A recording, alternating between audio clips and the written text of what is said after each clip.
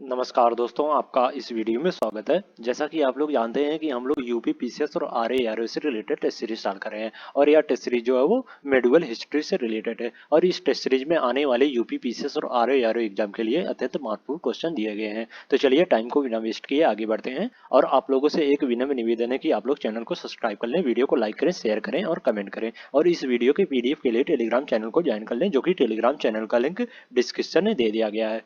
तो चलिए स्टार्ट करते हैं। पहला क्वेश्चन आपके स्क्रीन पे है। निम्नलिखित में से कौन सी पुस्तक फिरदौसी के द्वारा लिखी गई? ऑप्शन है तहकीक ए हिंद, ऑप्शन बी है शाहनामा, ऑप्शन सी है तारीख ए फरिश्ती और ऑप्शन डी किताब उल हिंद। जो शाहनामा है वो फिरदौसी द्वारा लिखी गई पुस्तक है, तो इस प्रकार इसमें बी द राइट आंसर हो जाएगा। ओके। और तारीख फिरस्ती जो है वो फिरिश्ता द्वारा लिखी गई पुस्तक का नाम है। और तहकीक ए हिंद और किताब उल हिंद जो है वो अलबरूनी द्वारा लिखी गई पुस्तक का नाम है। ओके, तो इसमें बी द राइट आंसर हो जाएगा। नेक्स्ट क्वेश्चन है। नीचे दो कथन दिए गए हैं जिनमें से एक को अभिकथन ए और दूसरे को कारण आर कहा गया है। अभिकथन ए, प्रारंभिक मध्ययुगीन काल के दौरान उत्तर भारत में राजनीतिक एकता का अभाव था और कारण में कहा जा रहा है कि यह तुर्कों के खिलाफ विफलता का मुख्य कारण था। नीचे दिए गए कूट से सही उत्तर चुने।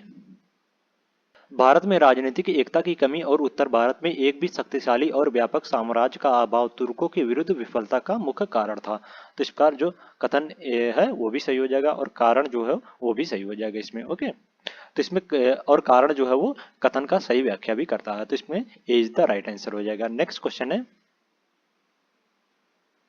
नक्शबंदी सिलसिला के बारे में निम्नलिखित कथनों पर विचार करें। पहला, नक्शबंदी सिलसिला की स्थापना 14वीं शताब्दी में ख्वाजा बहाउद्दीन नक्शबंद ने की थी।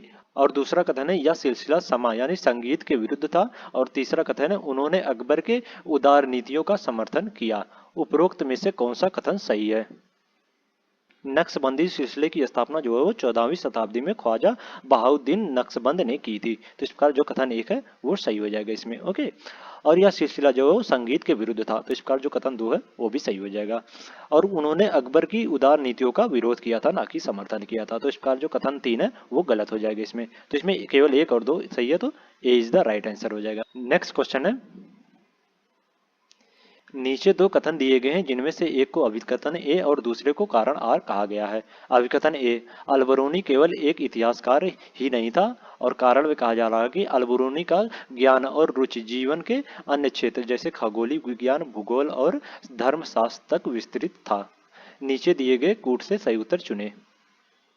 अलबरूनी न केवल इतिहासकार था, उसका ज्ञान और रुचि जो है जीवन के अन्य क्षेत्रों जैसे खगोल विज्ञान, भूगोल, तर्कशास्त्र, चिकित्सा, गणित, धर्म और धर्मशास्त्र तक फैला हुआ था। तो इस प्रकार जो कथन और कारण जो है दोनों सही है। ओके, और कारण जो है वो अभिकथन की व्याख्या भी करता है, तो इस प्रकार इसमें ए इज द राइट आंसर हो जाएगा। नेक्स्ट क्वेश्चन है। इल्तुतमिश के संबंध में निम्नलिखित में से कौन सा कथन आ सकता है? ऑप्शन ए, इल्तुतमिश दिल्ली का पहला सुल्तान था। ऑप्शन बी है इल्तुतमिश ने दिल्ली को अपने साम्राज्य की राजधानी घोषित किया। ऑप्शन सी, इल्तुतमिश को गुलाम का गुलाम कहा जाता था और ऑप्शन डी, इल्तुतमिश को लाख बख्शी के नाम से जाना जाता था। कुतुबुद्दीन ऐबक जो है वो अत्यधिक दान करता था, उनकी इसी उदारता के कारण उसे लाख बख्श या लाखों का दानकर्ता कहा जाता था। ओके, तो इस प्रकार इसमें जो ऑप्शन डी है वो इल्तुतमिश के संबंध में आ सकता है, तो इसमें डी द राइट आंसर हो जाएगा। नेक्स्ट क्वेश्चन है। भारतीय इतिहास के संदर्भ में निम्नलिखित में से किसे तेमुजिन के नाम से जाना जाता था? चंगेज खा का वास्तविक या प्रारंभिक नाम जो था वो टेमुजिन था, तो इस प्रकार इसमें चंगेज खा को टेमुजिन के नाम से जाना जाता था, तो इस प्रकार इसमें बी द राइट आंसर हो जाएगा। नेक्स्ट क्वेश्चन है। भारतीय इतिहास के संदर्भ में अकबर के शासनकाल में निम्नलिखित में से किसका प्रयोग किया जाता था? पहला है केंद्र सरकार प्रणाली, दूसरा तीर्थ यात्रा कर, तीसरा है मुद्रा प्रणाली, चौथा है राजस्व प्रणाली और पांचवा है धार्मिक सहिष्णुता। नीचे दिए गए कूट से सही उत्तर चुने। मुगल प्रशासनिक व्यवस्था स्थापित करने का श्रेय अकबर को जाता है।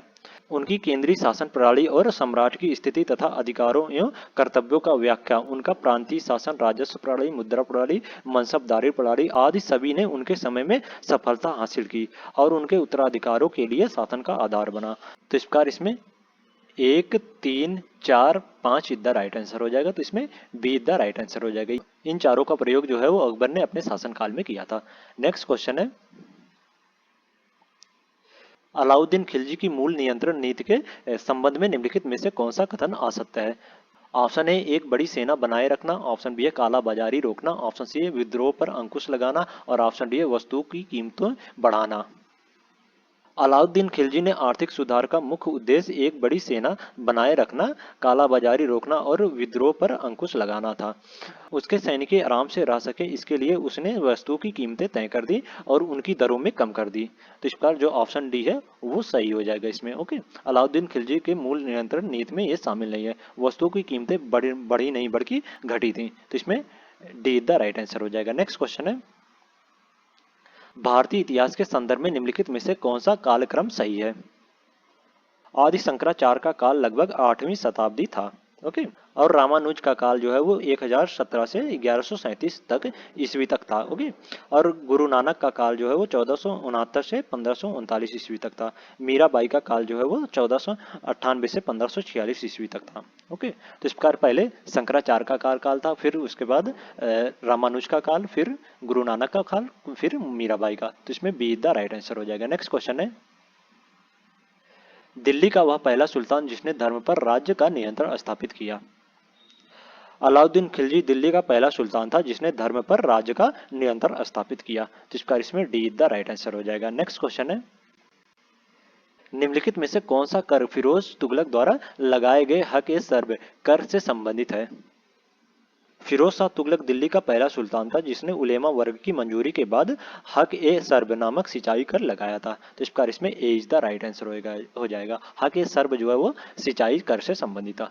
नेक्स्ट क्वेश्चन है, मध्यकालीन भारतीय राजाओं के संदर्भ में निम्नलिखित में से कौन सा कथन सत्य नहीं है?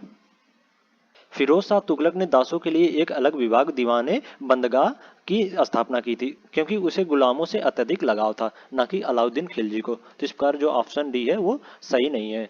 तो इसमें डी द राइट आंसर हो जाएगा। नेक्स्ट क्वेश्चन है, मोहम्मद बिन तुगलक द्वारा स्थापित दीवाने अमीर कोही को किस रूप से जाना जाता था?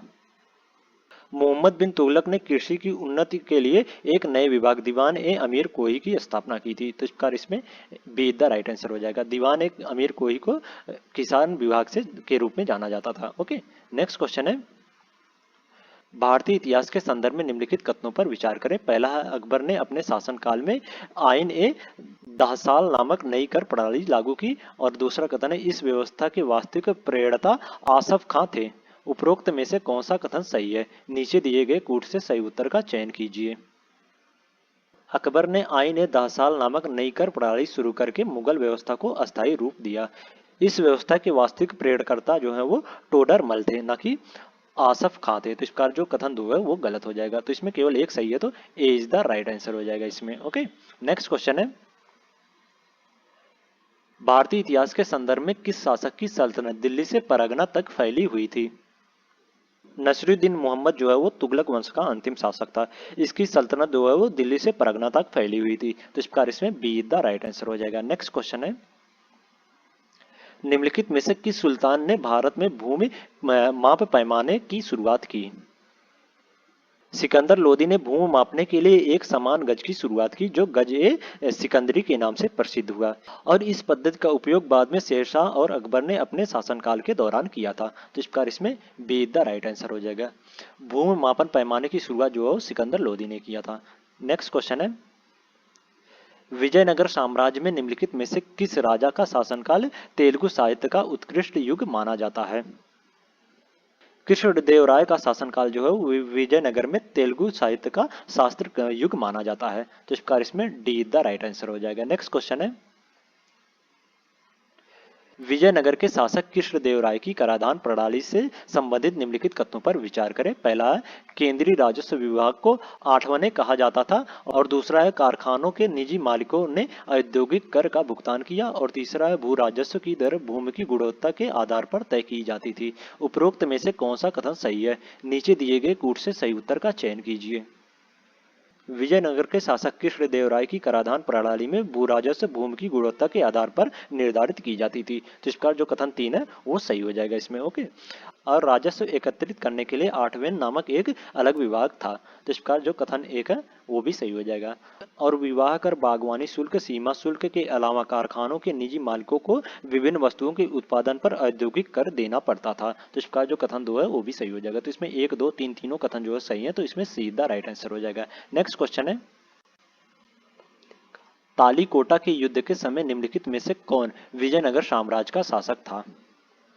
तालीकोटा के युद्ध के समय विजयनगर का शासक जो था वह सदाशिव राय था। तो इस प्रकार इसमें सीधा राइट आंसर हो जाएगा। नेक्स्ट क्वेश्चन है, मध्यकालीन इतिहास के संबंध में निम्नलिखित कथनों पर विचार करें। पहला है, विजारत एक संस्था थी जिसे इस्लामिक कानून में मान्यता प्राप्त थी। दूसरा, दिल्ली सल्तनत के राजस्व प्रशासन में राजस्व संग्रह के प्रभारी व्यक्ति को आमिल कहा जाता था। और तीसरा, वजीर मुख्तार राजस्व विभाग का प्रमुख होता था।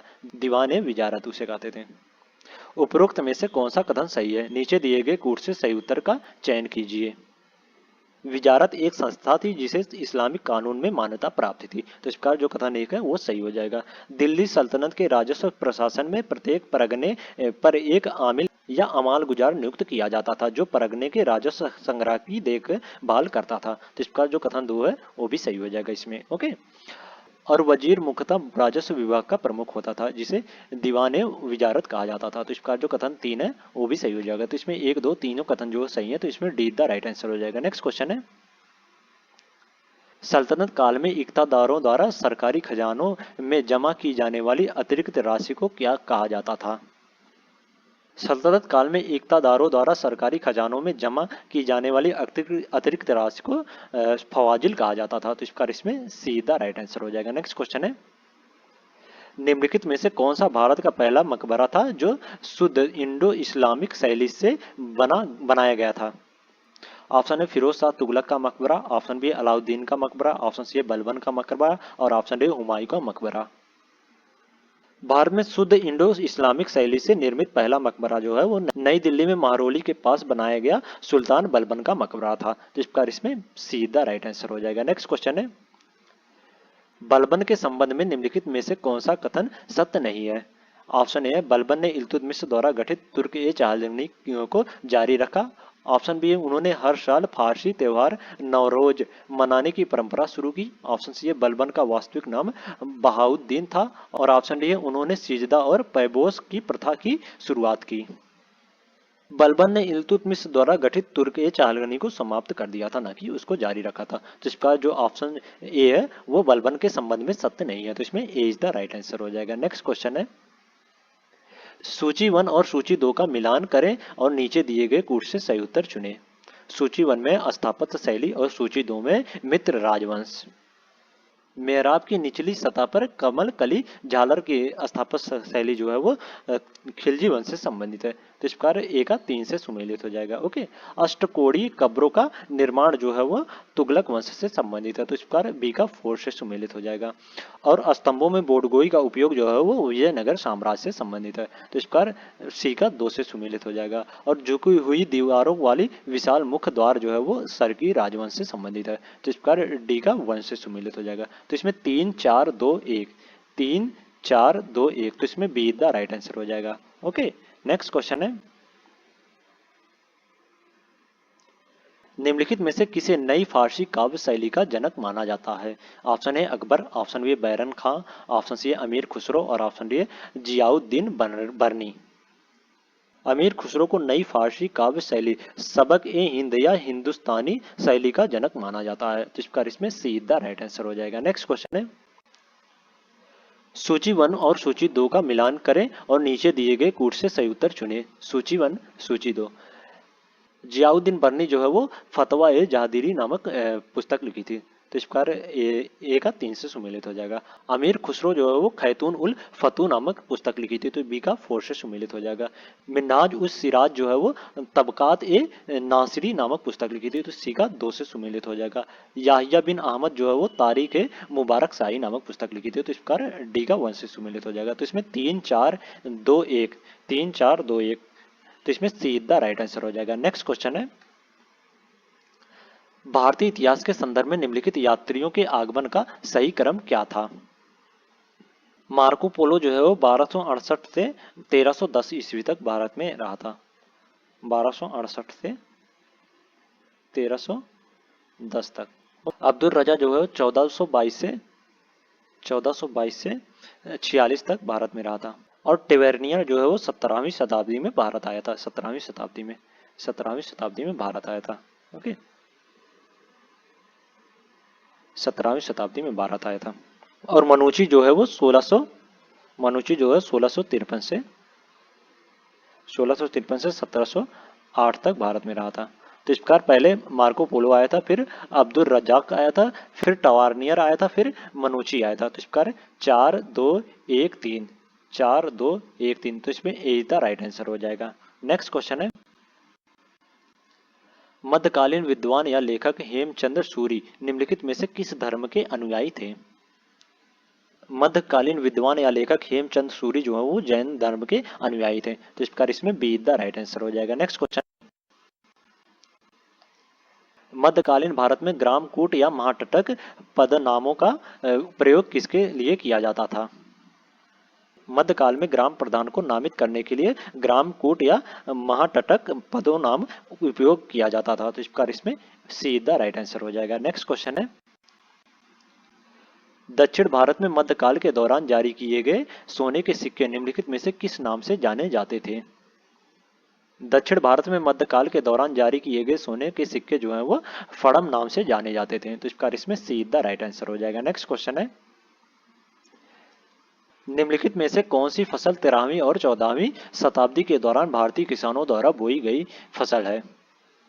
13वीं 14वीं शताब्दी में भारतीय किसान जो है वो गेहूं, जौ, चावल, कपास और चना आदि का खेती करते थे, लेकिन मक्के की खेती नहीं करते थे। तो इस प्रकार इसमें 1 3 4 5 द राइट आंसर हो जाएगा। तो इसमें बी द राइट आंसर हो जाएगा। नेक्स्ट क्वेश्चन है, सूची 1 को सूची 2 से सुमेलित करें और नीचे दिए गए कूट का प्रयोग कर सही उत्तर चुनें। सूची 1 में है प्लासी का युद्ध, चंदावर का युद्ध, घाघरा का युद्ध, तराइन का युद्ध। और सूची 2 में है 1194, 1529, 1192, 1757। प्लासी का युद्ध जो है वो 1757 में हुआ था। तो इस प्रकार ए का 4 से सुमेलित हो जाएगा। और चंदावर का युद्ध जो है वो 1194 में हुआ था। तो इस प्रकार बी का 1 से सुमेलित हो जाएगा। घाघरा का युद्ध जो है वो 1529 में हुआ था। घाघरा का युद्ध 1529 में, तो सी का 2 से सुमेलित हो जाएगा। और तराइन का युद्ध जो है वो 1192 में हुआ था। तो डी का 3 से सुमेलित हो जाएगा। तो इसमें 4 1 2 3 4 1 2 3, तो इसमें बी द राइट आंसर हो जाएगा। नेक्स्ट क्वेश्चन है, जौनपुर शहर की स्थापना निम्नलिखित में से किस सुल्तान के वास्तविक नाम पर की गई थी?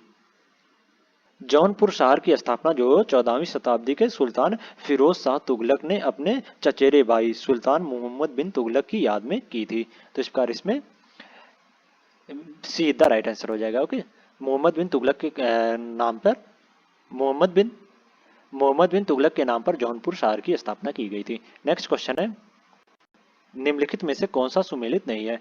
शासक राज्य।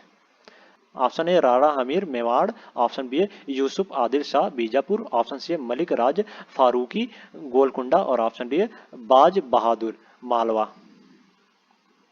मलिक राजा फकूरी जो है वो गोलकुंडा का शासक नहीं था। गोलकुंडा का शासक जो था वो कुतुबुक शाह था। तो इस प्रकार जो ऑप्शन सी है वो सही सुमेलित नहीं है। तो इसमें सी द राइट आंसर हो जाएगा। नेक्स्ट क्वेश्चन है, निम्नलिखित में से कौन कश्मीर का शासक था जिसकी धार्मिक उदारता की तुलना मुगल सम्राट अकबर से की जाती है? 1420 ईस्वी में अली शाह का भाई शाही खां जैन उल अबिदनी के नाम से कश्मीर की गद्दी पर बैठा। वह कश्मीर का सबसे महान शासक था। धार्मिक दृष्टि से वह अत्यंत सहिष्णु थे। उनकी धार्मिक उदारता के कारण उनकी तुलना मुगल सम्राट अकबर से की जाती है। तो इस प्रकार इसमें सीधा राइट आंसर हो जाएगा। जैन उल आबिदीन की धार्मिक उदारता की तुलना जो है वो मुगल सम्राट अकबर से की जाती है। तो इसमें सीधा राइट आंसर हो जाएगा। नेक्स्ट क्वेश्चन है, नीचे 2 कथन दिए गए हैं जिनमें से एक को कथन ए और दूसरे को कारण आर कहा गया है। कथन ए, जाफर खान ने 1347 में बामनी साम्राज्य की नींव रखी। और कारण आर में कहा जा रहा है कि उसने गुलबर्गा को अपने नव स्थापित साम्राज्य की राजधानी बनाई। नीचे दिए गए कूट से सही उत्तर चुने।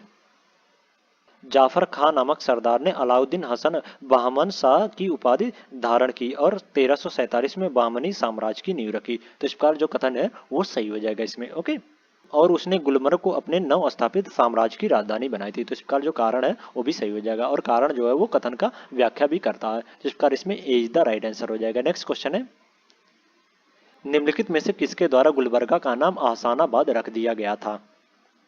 अलाउद्दीन हसन ने गुलबर्गा को अपना नव स्थापित साम्राज्य की राजधानी बनाया और इसका नाम आहसानाबाद रखा था। तो इस प्रकार इसमें D is the right answer हो जाएगा। नेक्स्ट क्वेश्चन है, निम्नलिखित कथनों पर विचार करें। पहला है रामानंद उत्तर भारत में भक्ति आंदोलन के प्रथम प्रवर्तक थे और दूसरा है वह सगुण भक्ति में विश्वास करते थे। उपरोक्त में से कौन सा कथन सही है? नीचे दिए गए गुण से सही उत्तर का चयन कीजिए।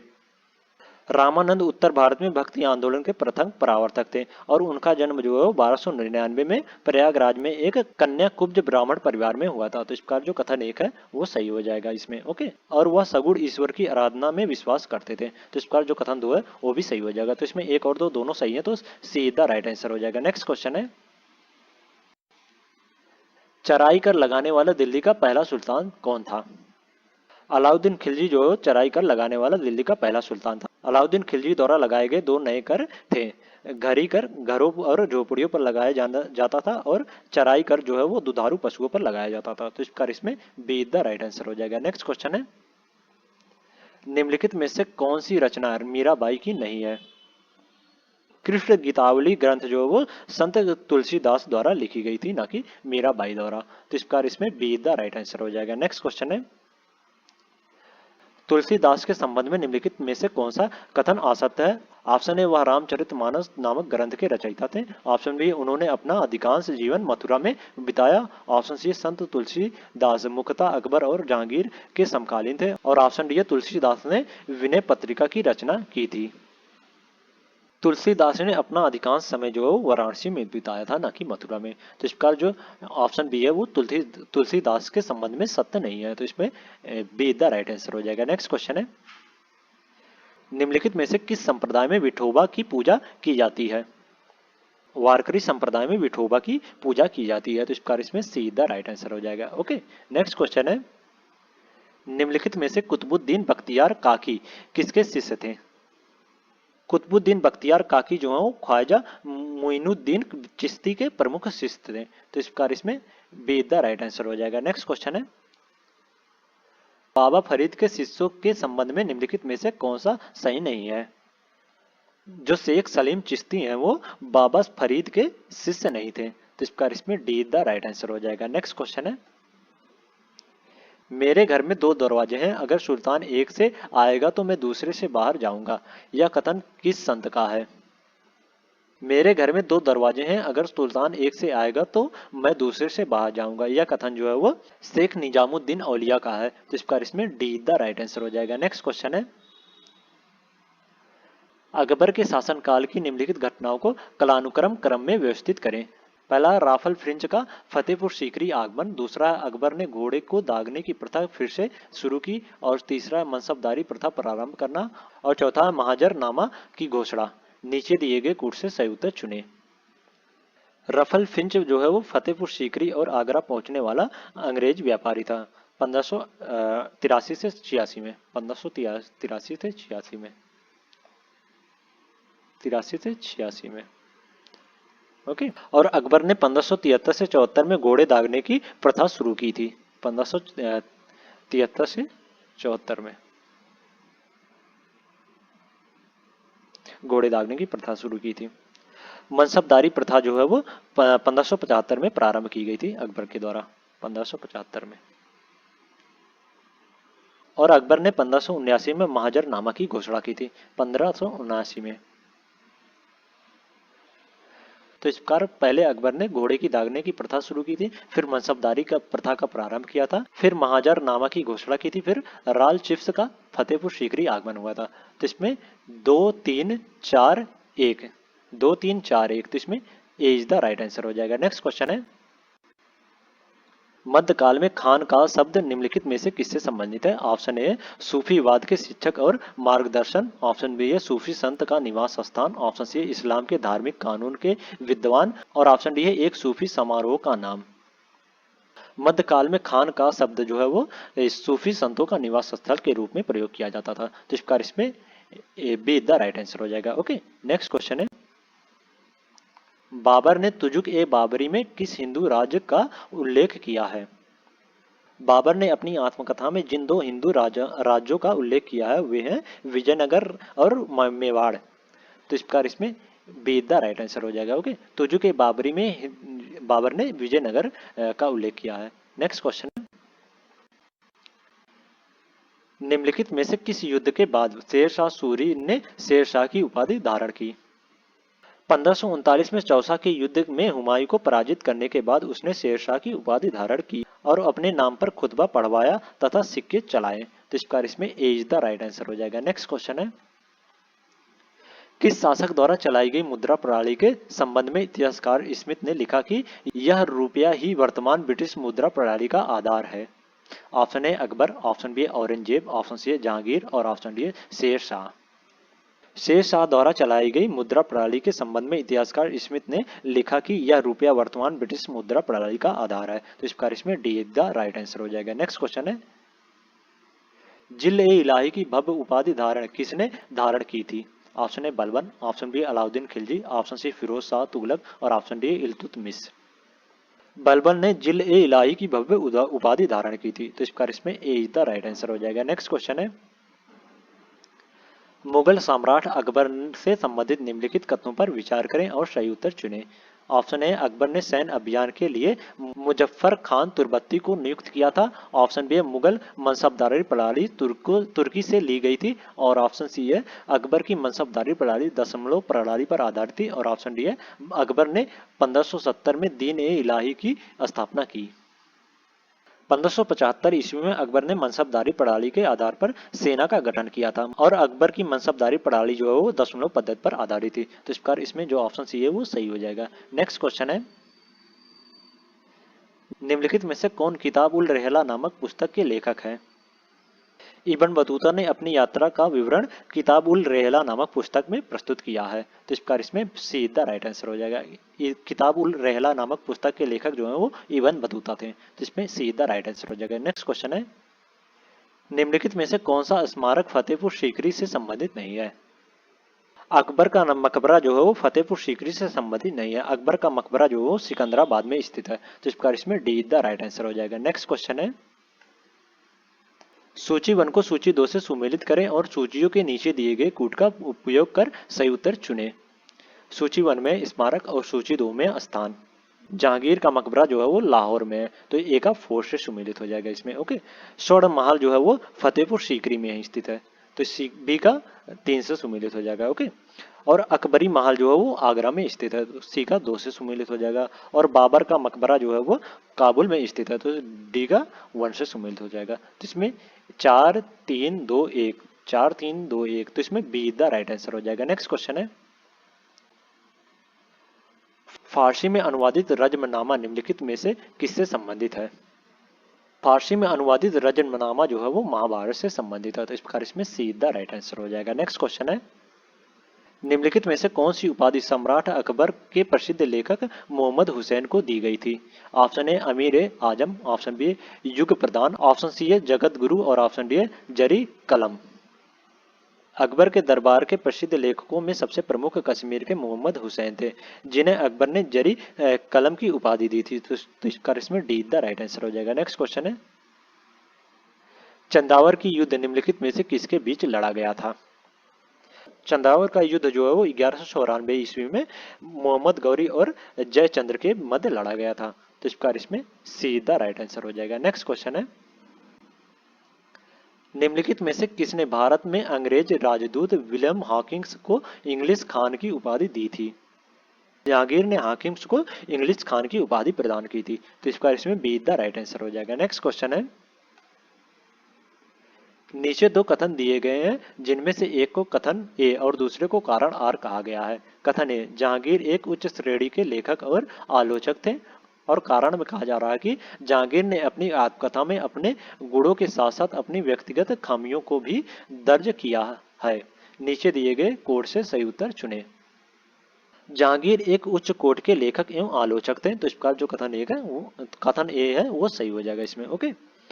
और जहांगीर ने अपनी आत्मकथा में अपनी खूबियों के साथ साथ अपनी व्यक्तिगत खामियों को भी उल्लेखित किया है, तो इस प्रकार जो कारण है वो भी सही हो जाएगा। और कारण जो है वो कथन का सही स्पष्टीकरण भी है, तो इसमें ए इज द राइट आंसर हो जाएगा। नेक्स्ट क्वेश्चन है, एतमादुद्दौला का मकबरा किसकी याद में बनवाया गया था? एतमादुद्दौला का मकबरा जो है वो नूरजहां ने अपने पिता मिर्जा गियास बेग की याद में 1622 से 1628 के बीच में बनवाया था, तो इस प्रकार इसमें डी द राइट आंसर हो जाएगा। नेक्स्ट क्वेश्चन है, निम्नलिखित में से किस मुगल सम्राट के शासनकाल के दौरान कंधार अंततः मुगलों के नियंत्रण से मुक्त हो गया था?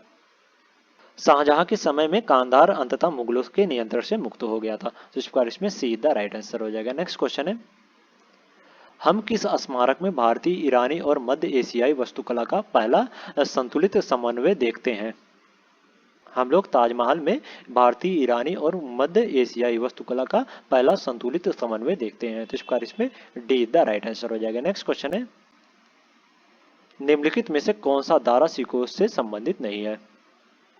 सुल्तान ए आदिल का संबंध जो दारा सिकोर से संबंधित नहीं है, तो इस प्रकार इसमें बी द राइट आंसर हो जाएगा। नेक्स्ट क्वेश्चन है,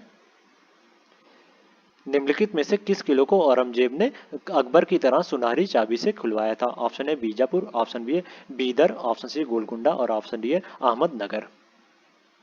औरंगजेब ने गोलकुंडा किले को सुनहरी चाबी से उसी तरह खुलवाया था जैसे अकबर ने आसिरगढ़ किले को खुलवाया था, तो इस प्रकार इसमें सी द राइट आंसर हो जाएगा। नेक्स्ट क्वेश्चन है, निम्नलिखित कथनों पर विचार करें। पहला है रबिया उद दौरानी के मकबरे को दूसरा ताजमहल भी कहा जाता है। दूसरा कथन है औरंगजेब ने जहां आरा को साहिबाद उज जामिन की उपाधि दी थी। और तीसरा कथन है आगरा में रबिया उद दौरानी का मकबरा स्थित है। और चौथा कथन है औरंगजेब के शासनकाल के दौरान मुगल सेना में अधिकांश हिंदू सेनापति थे। उपरोक्त में से कौन सा कथन सही है? नीचे दिए गए कोड से सही उत्तर का चयन कीजिए। औरंगजेब ने औरंगाबाद में अपनी पत्नी रबिया उद दौरानी का मकबरा बनवाया था। इसे बीबी का मकबरा भी कहा जाता है। ओके, तो इस प्रकार जो कथन 3 है वो गलत हो जाएगा। आगरा में नहीं बल्कि औरंगाबाद में राबिया उद दौरानी का मकबरा स्थित है। और राबिया उद दौरानी के मकबरे को दूसरा ताज भी कहा जाता है, तो इस प्रकार जो कथन 1 है वो सही हो जाएगा इसमें। औरंगजेब ने जहां आरा को साबियात उल जामनी की उपाधि दी थी, तो इस प्रकार जो कथन 2 है वो भी सही हो जाएगा। और औरंगजेब के शासनकाल के दौरान मुगल सेना में अधिकांश हिंदू सेनापति थे, तो इस प्रकार जो कथन 4 है वो भी सही हो जाएगा। तो इसमें 1, 2 और 4 इधर राइट आंसर हो जाएगा, तो इसमें सी इधर राइट आंसर हो जाएगा। ओके, नेक्स्ट क्वेश्चन है, निम्नलिखित में से कौन सा मुगल काल के दौरान आहादी और दाखिली से संबंधित था?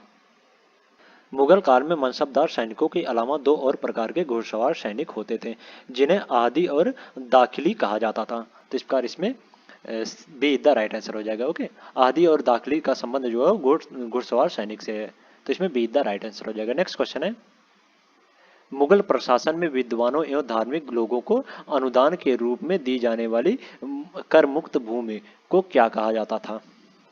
मुगल प्रशासन में विद्वान और धार्मिक लोगों को दी जाने वाली राजस्व मुक्त भूमि अनुदान को मदद ए मास कहा जाता था, तो इस प्रकार इसमें सीधा राइट आंसर हो जाएगा। नेक्स्ट क्वेश्चन है, पुस्तकों के नाम को उनके लेखकों के साथ मिलाइए और निम्नलिखित कोडों से सही उत्तर चुनें। सूची 1 में पुस्तक और सूची 2 में है लेखक। चार चमन नामक पुस्तक के लेखक जो है वो चंद्रभान ब्रह्मा थे, तो इस प्रकार ए का 4 से सम्मिलित हो जाएगा। तबकात ए अकबरी नामक पुस्तक के लेखक जो है वो निजामुद्दीन अहमद थे, तो इस प्रकार बी का 1 से सम्मिलित हो जाएगा। और नुस्खा ए दिलखुशा के लेखक जो है वो भीमसेन है, तो सी का 2 से सम्मिलित हो जाएगा। आलमगिरी नामा पुस्तक के लेखक जो है वो मिर्जा मोहम्मद कासिम है, तो डी का 3 से सम्मिलित हो जाएगा। तो इसमें 4, 1, 2, 3, 4, 1, 2, 3, तो इसमें डी द राइट आंसर हो जाएगा। नेक्स्ट क्वेश्चन है, निम्नलिखित में से कौन सा जोड़ा सही सुमेलित नहीं है? ऑप्शन ए एकता कृषि की इस्लामी कर प्रणाली, ऑप्शन बी है जागीर सामंती भूमि अनुदान, ऑप्शन सी है अमरम राजस्व प्रमुखों को सौंपी गई भूमि और ऑप्शन डी है मुकासा सैन्य सेवा के लिए भूमि का अनुदान। विजयनगर में राजा सैनिकों को वेतन के बदले या अपनी अधीनस्थ सेना के भरण पोषण के लिए विशेष भूखंड देते थे, जिसे अमरम कहा जाता था। तो इस प्रकार इसमें जो ऑप्शन सी है वो सही सुमेलित नहीं है, तो इसमें सीधा राइट आंसर हो जाएगा। नेक्स्ट क्वेश्चन है, अष्टप्रधान के संबंध में निम्नलिखित में से कौन सा असंगत है? सुमंत या दाबिर जो विदेश मंत्री होता था, न कि व्यापार का प्रबंधन देखता था। तो इस प्रकार जो ऑप्शन बी है वो सही सुमेलित नहीं है, तो इसमें बी द राइट आंसर हो जाएगा। नेक्स्ट क्वेश्चन है, निम्नलिखित में से कौन उत्तरकालीन मुगल राजनीति में सम्राट निर्माता की उपाधि धारण करने के लिए प्रसिद्ध थे? मुगल राजनीति में शक्तिशाली सरदारों का उदय हुआ था, जो सम्राट निर्माता की भूमिका निभाते थे। मुगल दरबार में सैयद भाई अब्दुल्ला खान और हुसैन अली सबसे शक्तिशाली थे। यह सम्राट निर्माता के नाम से प्रसिद्ध थे। तो इस प्रकार इसमें बी द राइट आंसर हो जाएगा। नेक्स्ट क्वेश्चन है, मुगल काल के दौरान निम्नलिखित में से किस शासक के शासनकाल को हिंदी कविता का स्वर्ण काल कहा जाता है? अकबर के सफल प्रशासन, सहिष्णु नीति और संतुलित व्यवहार तथा तत्कालिक अनुकूलन वातावरण में हिंदी को फलने फूलने का एक ऐसा अवसर प्रदान किया कि अकबर के काल को हिंदी कविता का स्वर्ण युग कहा जाने लगा। तो इस पर इसमें ए इज द राइट आंसर हो जाएगा। नेक्स्ट क्वेश्चन है, मुगल जमींदारी व्यवस्था के संदर्भ में निम्नलिखित कथनों पर विचार करें। पहला है, जमींदार पहले से ही बड़े जमींदार थे। दूसरा है, उनका कार्य भू राजस्व एकत्र करना और राज्य को देखना था। तीसरा है, उनके राजस्व अधिकार वंशानुगत नहीं थे। और चौथा है, जमींदार सैन्य संसाधन जरूरत पड़ने पर राज्य के लिए उपलब्ध कराते थे। उपयुक्त में से कौन सा कथन सही है? नीचे दिए गए कूट से सही उत्तर चुने। मुगल जमींदार व्यवस्था में जमींदारों के राजस्व अधिकार वंशानुगत थे, न कि वंशानुगत नहीं थे। तो इस प्रकार जो कथन 3 है वो गलत हो जाएगा इसमें। ओके, और जमींदार पहले से ही बड़े जमींदार थे। तो इस प्रकार जो कथन 1 है वो सही हो जाएगा। और उनका कार्य जो है वो भू राजस्व एकत्रित करना और राज्य को देना था। तो इस प्रकार जो कथन 2 है वो भी सही हो जाएगा। जमींदार सैन्य संसाधन जरूरत पड़ने पर राज्य के लिए उपलब्ध कराते हैं। तो इस प्रकार जो कथन 4 है वो भी सही हो जाएगा। तो इसमें 1, 2 और 4 इज द राइट आंसर हो जाएगा। तो इसमें B is the right answer हो जाएगा। नेक्स्ट क्वेश्चन है, निम्नलिखित में से किस मुगल सम्राट को शाही दरवेश के नाम से जाना जाता था? औरंगजेब को शाही दरवेश के नाम से जाना जाता था। तो इस प्रकार इसमें बी द राइट आंसर हो जाएगा। तो आज के लिए इतना ही। अगले नेक्स्ट वीडियो में हम लोग नेक्स्ट टेस्ट सीरीज लेके आएंगे। अगर वीडियो अच्छी लगी हो तो वीडियो को लाइक कर दें और इसी प्रकार के वीडियो के लिए चैनल को सब्सक्राइब कर लें। और इस वीडियो के पीडीएफ के लिए टेलीग्राम चैनल को ज्वाइन कर लें, जो कि टेलीग्राम चैनल का लिंक डिस्क्रिप्शन में दे दिया गया है। Thank you so much.